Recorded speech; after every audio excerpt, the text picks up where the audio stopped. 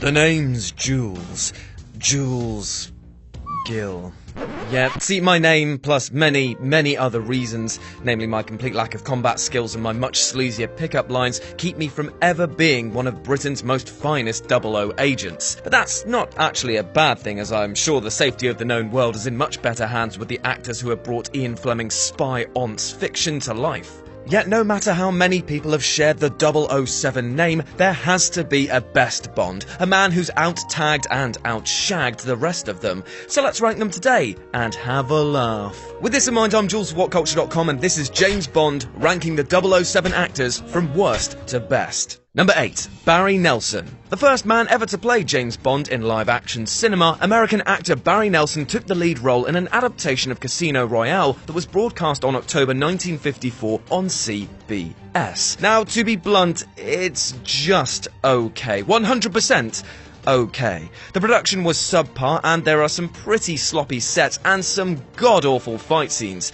It's also super weird to hear James referred to as Jimmy, and also that he's got a Yankee Doodle Wanky Woodle accent. Another issue is that this was filmed live, so while Nelson is a good actor, he stumbles over some lines and leaves the character feeling flat. This was not what you'd expect from the Sultan of Suave. Number 7. David Niven. Despite the presence of an all-star cast and crew, even including Orson Welles as Le Chiffre, this is best remembered as a curiosity rather than a career-defining moment for the super spy. The character of Bond had still not been nailed down, and due to the comic nature of this film, it produced a character who missed a lot more than he hit with his puns, and trust me, I know that feeling. The film itself, while being infamous for costing $11 million to make, which is astoundingly high at the time, isn't exactly a masterpiece in filmmaking, and has been deemed a confusing and incoherent mess by its harshest critics. Number 6. George Lazenby. After 5 movies as 007, Sean Connery decided to step away from the Bond franchise, which led to the unknown and at the time unproven Australian actor George Lazenby being cast as his replacement. While he certainly looked the part in a tuxedo,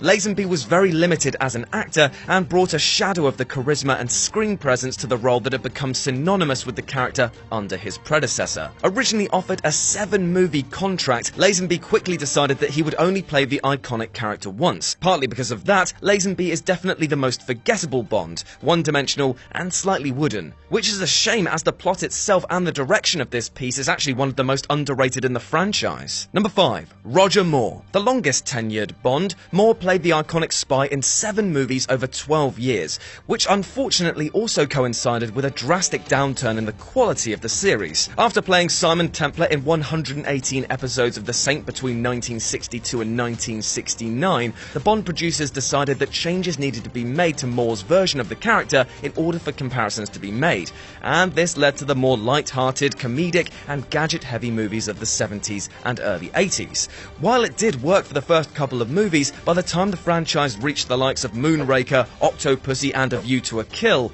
Bond had almost descended into self-parody. Now, don't get me wrong, Moore is pretty great at delivering a one-liner and a greasy smile, but his nature wasn't backed up with any physicality, with his action scenes being about as tense as doing a weekly food shop. Number 4. Timothy Dalton. After the self-referential and increasingly over-the-top Roger Moore era, Timothy Dalton's run as James Bond saw the iconic spy become a more complex and three-dimensional character, toning down the one-liners and gadgets in favour of a more realistic approach to Ian Fleming's source material. Dalton made for a convincingly intense 007, taking the franchise in a more mature direction that was unfortunately cut short after just 2 movies thanks to protracted legal disputes. Instead of the suave playboy that the character had become in the previous movies, Dalton instead played a Bond with a harder edge, making the character equal parts reluctant and ruthless. Also, props to Dalton for doing a lot of his own stunts, putting the comically obvious stunt doubles of Moore and Connery to shame. Number 3. Pierce Brosnan. After a long time of spy silence, 007 made an impressive return in GoldenEye, with PB and Hey himself, Pierce Brosnan, at the helm. The film was a critical and commercial success and rejuvenated the series in a fantastic realistic way. The best thing about Brosnan was that he managed to balance the ridiculousness of early Bond with the grit and fight that Dalton had instilled in the character. That being said, while the acting was top-notch, the movie's stories, however, seemed to decline over his tenure in the role. However, we're just judging the actors, not the films. I'm sure that we'll get to that at some point. And Brosnan not only looked the part, but managed to apply a sense of charisma and roughness that was sorely needed at this time. Number 2, Daniel Craig. If you thought that GoldenEye was a great way to refresh the Bond franchise, then Casino Royale is an amazing way to reboot the Bond. Not only was the story lovingly retold in a way that removed any shred of farce that had been seen prior, but it was also guided by the laser-like eyes of Daniel Craig. It stripped back the gadgets and doubled down on the action, and was all the better for it. Even more impressive was that they actually cast this as Bond's first real mission, having just acquired his bullet hole pilot license. As a result, this Bond is cold, brutal, and not perfect. He makes mistakes, big ones. This is a Bond of the modern era and is quite nearly the best iteration of his character. Well, that is apart from one, obviously. And number 1, Sean Connery.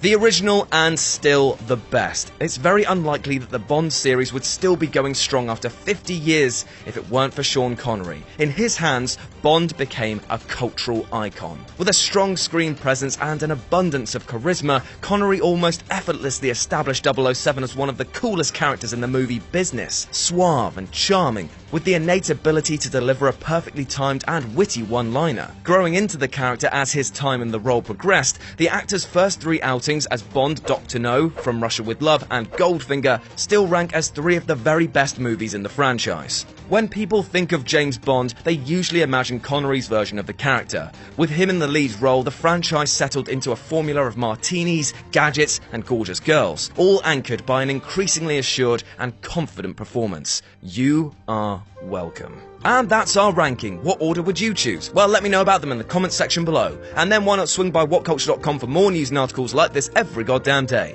As always, I've been Jules, you've been awesome, and I'll speak to you soon.